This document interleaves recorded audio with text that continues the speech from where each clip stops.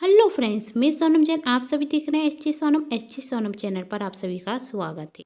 दोस्तों, आज की कहानी है ननंद और भाभी आखिर चोर कौन, भाग 3। यदि आप सभी को ये कहानी पसंद आई तो चैनल को सब्सक्राइब कर लीजिएगा, क्योंकि इस चैनल पर मिलती रहती हैं नई नई कहानियाँ देखने के लिए। वीडियो को लाइक कर दीजिएगा, क्योंकि आपके एक लाइक से मुझे मिलती हैं नई नई कहानियाँ लिखने के लिए प्रेरणा। और हाँ, इसे ज़्यादा से ज़्यादा शेयर कीजिएगा अपने दोस्तों और रिश्तेदारों के साथ। तो चलिए कहानी शुरू करते हैं।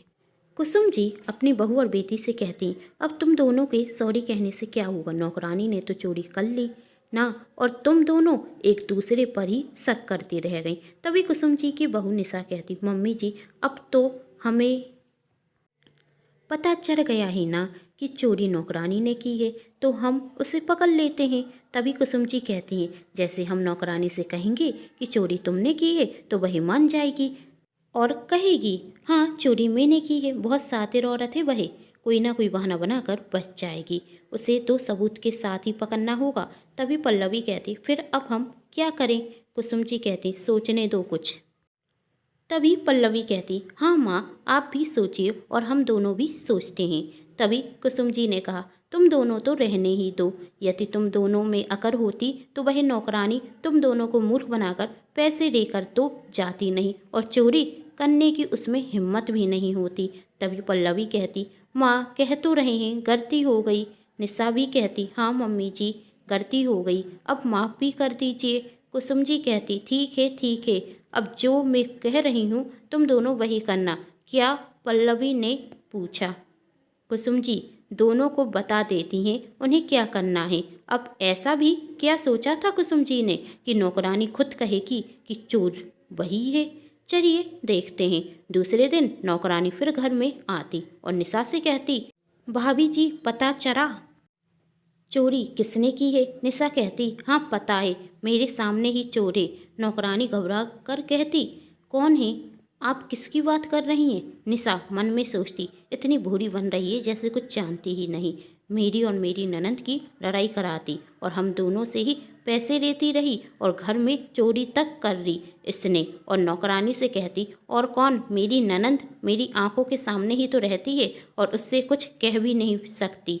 नौकरानी कहती, भाभी जी आप सच कह रही हैं, चोरी तो आपकी ननंद ने ही की है। तभी तो आज जब मैं घर पर आई तो ननंद जी आराम से सोफे पर बैठकर गाना सुन रही थी। उन्हें तो बिल्कुल भी टेंशन नहीं थी कि घर में चोरी हो गई है। वह उड़ती खुश होंगी कि अब आपको सोने का हार पहनने के लिए नहीं मिलेगा।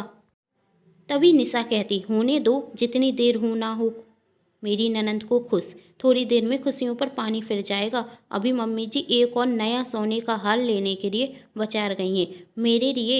माँ जी कह रही थी अब चोरी होनी थी तो हो गई, लेकिन एक नया हार अपनी बहू के लिए लेकर आ जाती हूँ, जिससे घर की बहू कहीं भी आए जाए तो कम से कम उसके पास एक सोने का हार तो हो पहनने के लिए। यही सुनकर नौकरानी कहती, अच्छा माँ जी एक और नया हार लेने के लिए गई हैं, तो अच्छा हुआ, नौकरानी ने कहा।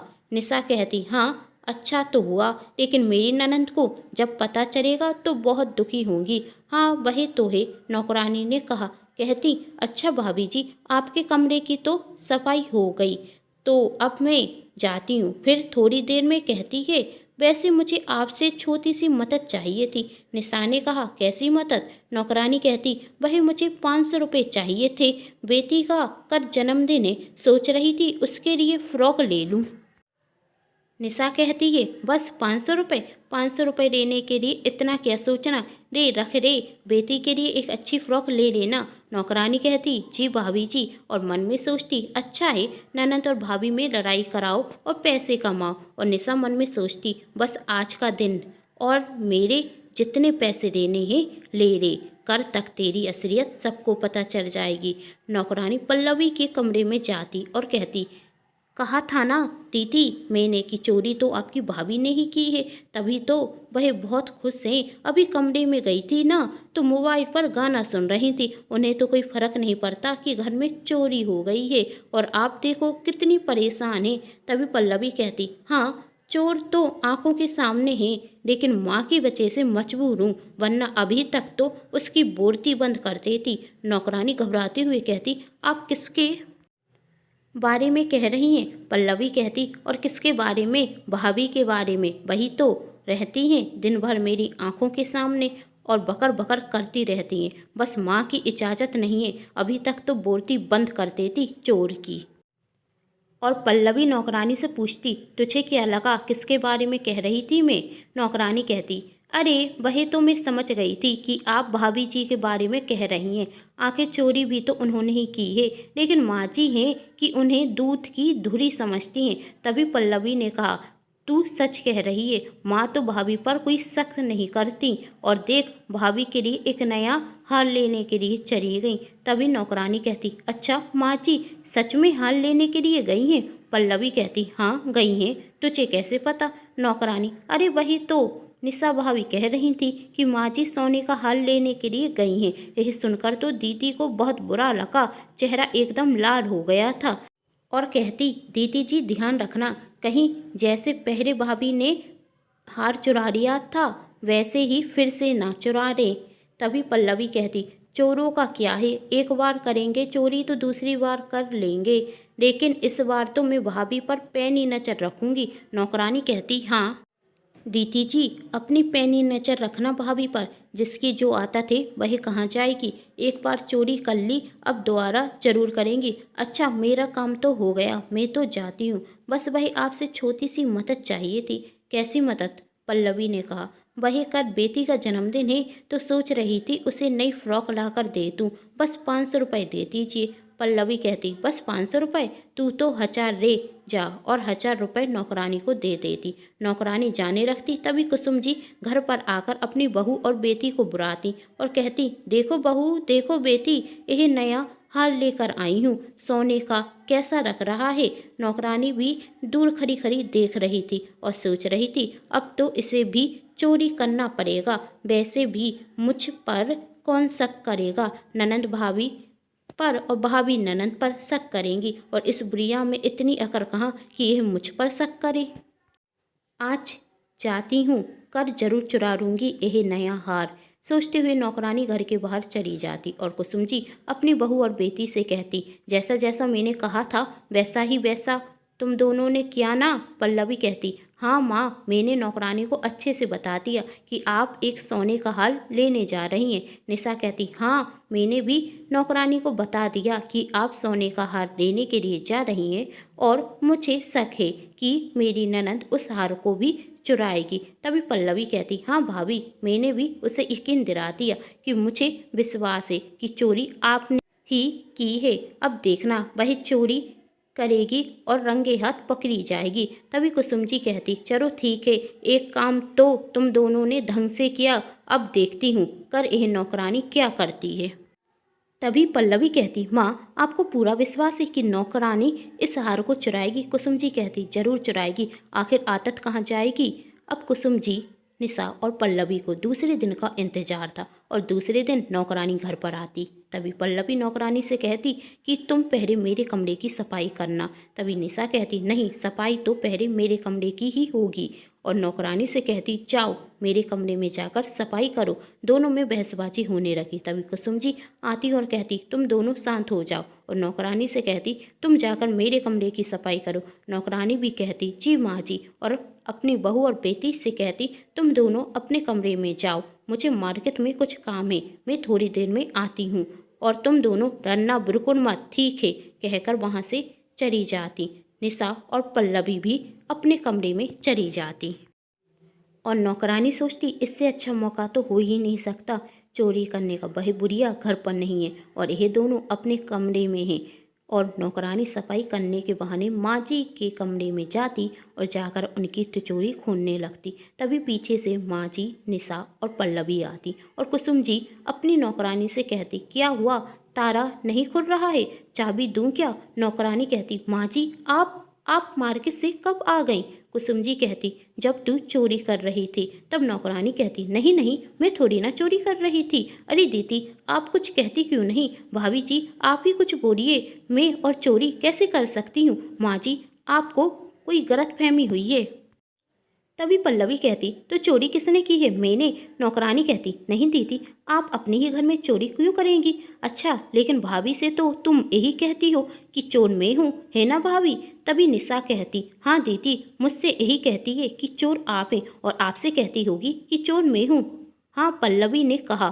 तभी कुसुम जी कहती, और झूठ बोलने की कोई ज़रूरत नहीं है, तुम रंगे हाथों पकड़ी गई हो चोरी करते हुए, और जिस हार को चुराने के लिए तुम तिचोरी खोल रही हो ना, वही हार तो मेरे पास है, और यह कोई सोने का हार नहीं, सिर्फ सोने का पानी चढ़ा हुआ है। तब नौकरानी गुस्से में कहती, तो यह सब मुझे फंसाने के लिए किया था? कुसुम जी कहती, हाँ, क्योंकि मुझे 2 दिन पहले ही पता चल गया था तुम मेरी बहू और बेटी को एक दूसरे के खिलाफ भड़का रही हो, और दोनों से बहुत से पैसे और महंगी वस्तुएं ले चुकी हो, मेरी बहू और बेटी को मूर्ख बना रही हो अपनी बातों में फंसाकर।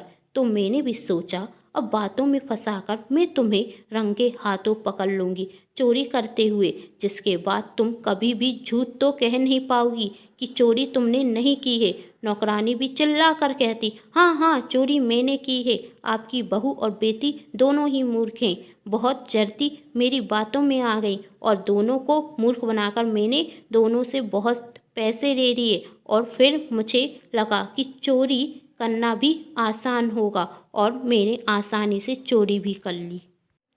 और आपकी मूर्ख बेटी सोचती रही कि चोरी उसकी भाभी ने की है, और मूर्ख बहू सोचती रही कि चोरी आपकी बेटी ने की है, जबकि चोरी तो मैंने की थी।